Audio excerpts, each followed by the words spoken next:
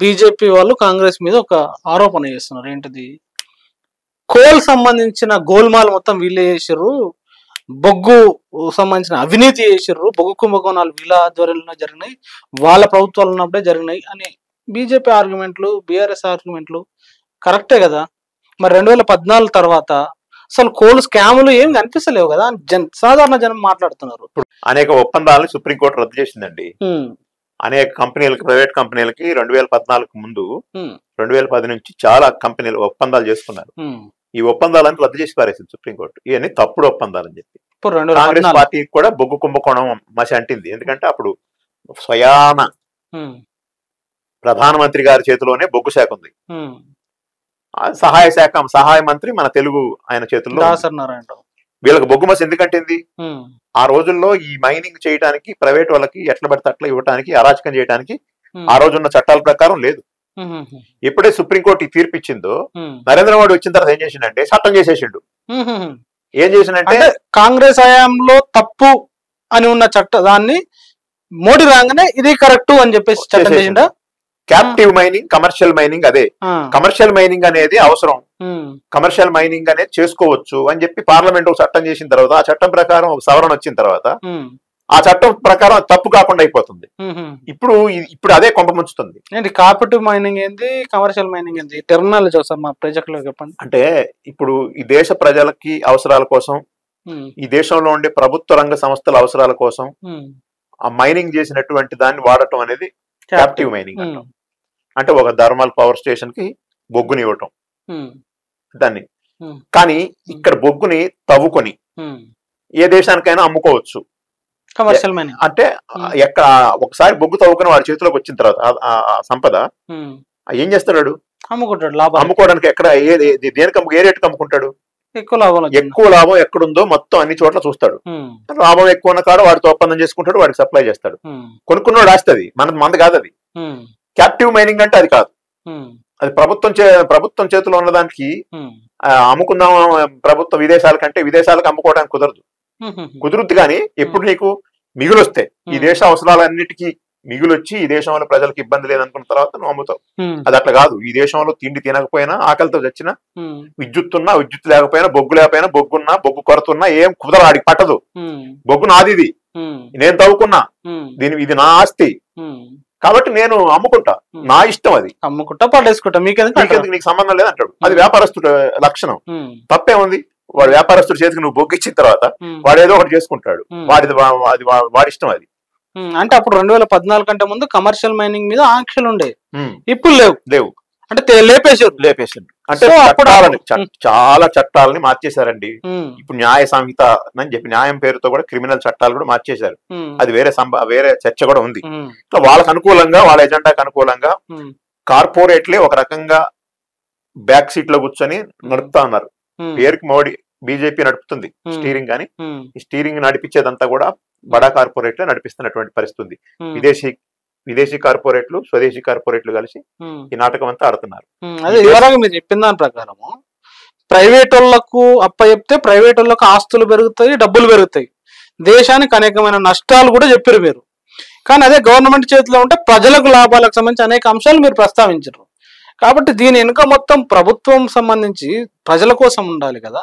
జనానికి సాధారణ ప్రశ్న, వ్యక్తికి వచ్చే ప్రశ్న ఏదంటే ప్రభుత్వం ప్రజల కోసం ఉండేది కదా, ఎందుకు మరి ప్రజలకు వ్యతిరేకమైన నిర్ణయాలు, డబ్బున్నోళ్లకు, కార్పొరేట్లకు అనుకూలమైన నిర్ణయాలు జరుగుతాయని ప్రభుత్వం చేస్తుంది. చేయటమే కాదు, ప్రజలతో కూడా అనిపిస్తుంది.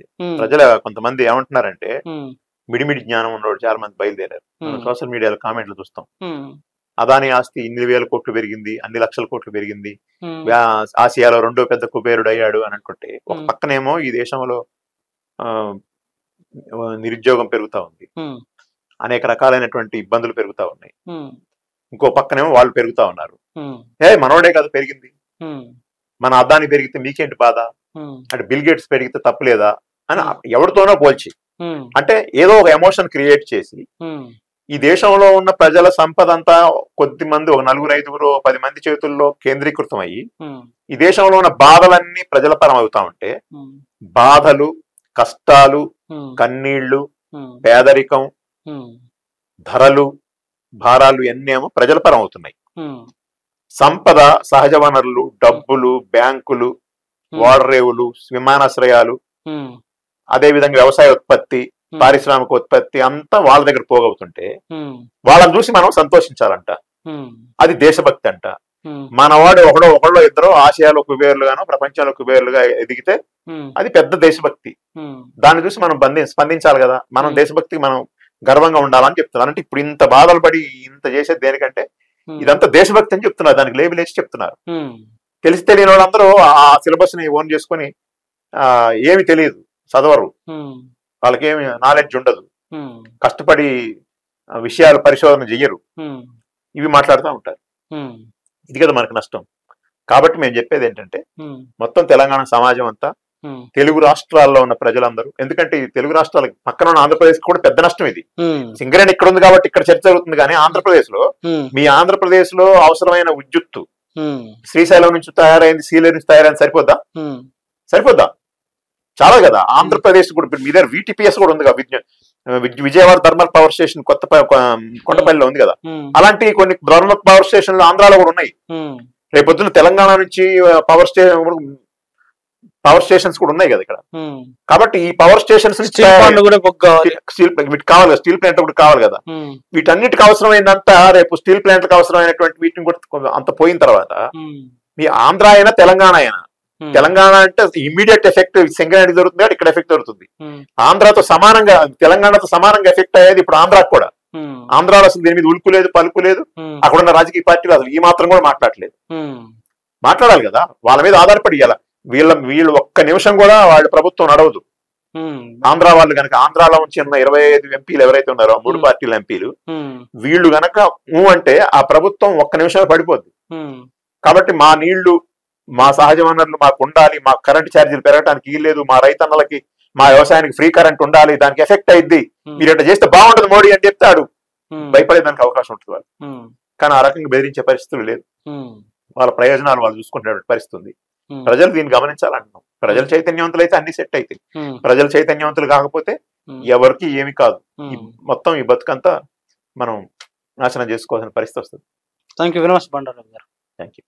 ప్రజలారా విన్నారు కదా, సహజ సంపదలన్నీ ప్రభుత్వం చేతిలో ఉండాలి, ప్రజల బాగు కోసం ఉపయోగించాలి అని చెప్పేసి అంటున్నారు బండారు రవికుమార్ గారు. అదేవిధంగా ఈ బొగ్గుకు సంబంధించినది ప్రభుత్వ రంగం చేతిలో ఉండాలి, ప్రభుత్వ రంగ సంస్థలైన మన సింగరేణికి అప్పచెప్తే అది దేశానికి ఉపయోగం.